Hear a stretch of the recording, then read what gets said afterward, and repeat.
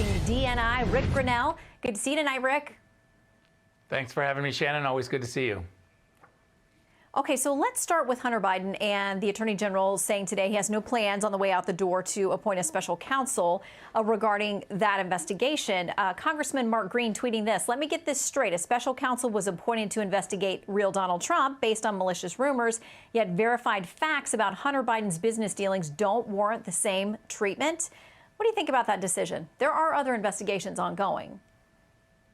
There's a lot of investigations ongoing. We still have time, and I would not count out a special prosecutor for the larger issue of China and how China has used its leverage, not only in politics, but in academia. Look, this is a larger issue that I think the Bidens have just taken advantage of. Clearly, we have a whole intel community that is concentrating on Russia as a problem, which it is. And no one wants to diminish the problems that we have with Russia. But China is a crisis. And what's been happening over the last decades is that we've had numerous Democrats really downplaying this threat from China. And I think the Bidens just took advantage of it. And this whole idea of look over here and pretend that Russia is a crisis when we know that China is the crisis, I think that's concerning for a lot of people. And it crosses into many different issues. Politics, certainly we see it in sports. We see it in international diplomacy. The UN is flooded with Chinese spies and influences.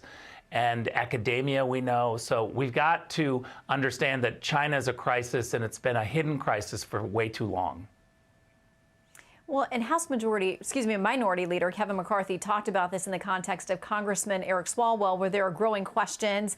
He has not answered our questions from our producer or from Fox as we try to get information directly from him. But here is what Minority Leader McCarthy said. As a very junior member, just in his second term, he gets named to the Intel Committee. And that exact same year, when the FBI came to brief the Intel Committee because they were concerned of what they saw, he gets put as the ranking Democrat over the CIA. I do not understand how this has continued this long.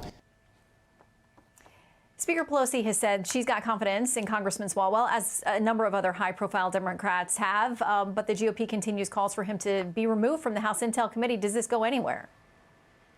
Well, it should. Anybody who's ever seen the classified version of what's going on with the Chinese leverage, it's not just Eric Swalwell, it's local officials. This started when he was a local official. It's mayors, it's governors, it's members of Congress. And to get the full briefing on the leverage that has happened, and let me be very clear that since COVID, since we know that COVID-19, the Intel community rarely comes together with one voice, and they came together and said that COVID-19 started in China.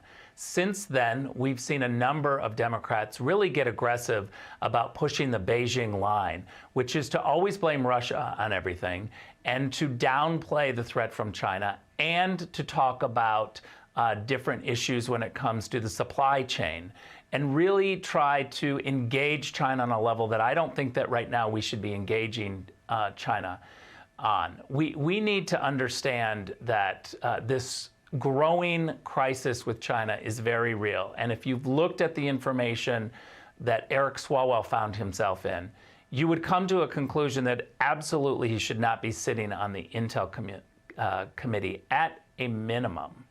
I actually think that there's a real big question of whether or not he should be serving in Congress, but the Intel committee itself should absolutely say, take a step back, let's let everybody get briefed, and let's really dig into what happened, because he is not telling the truth when he said that he clearly didn't do anything wrong.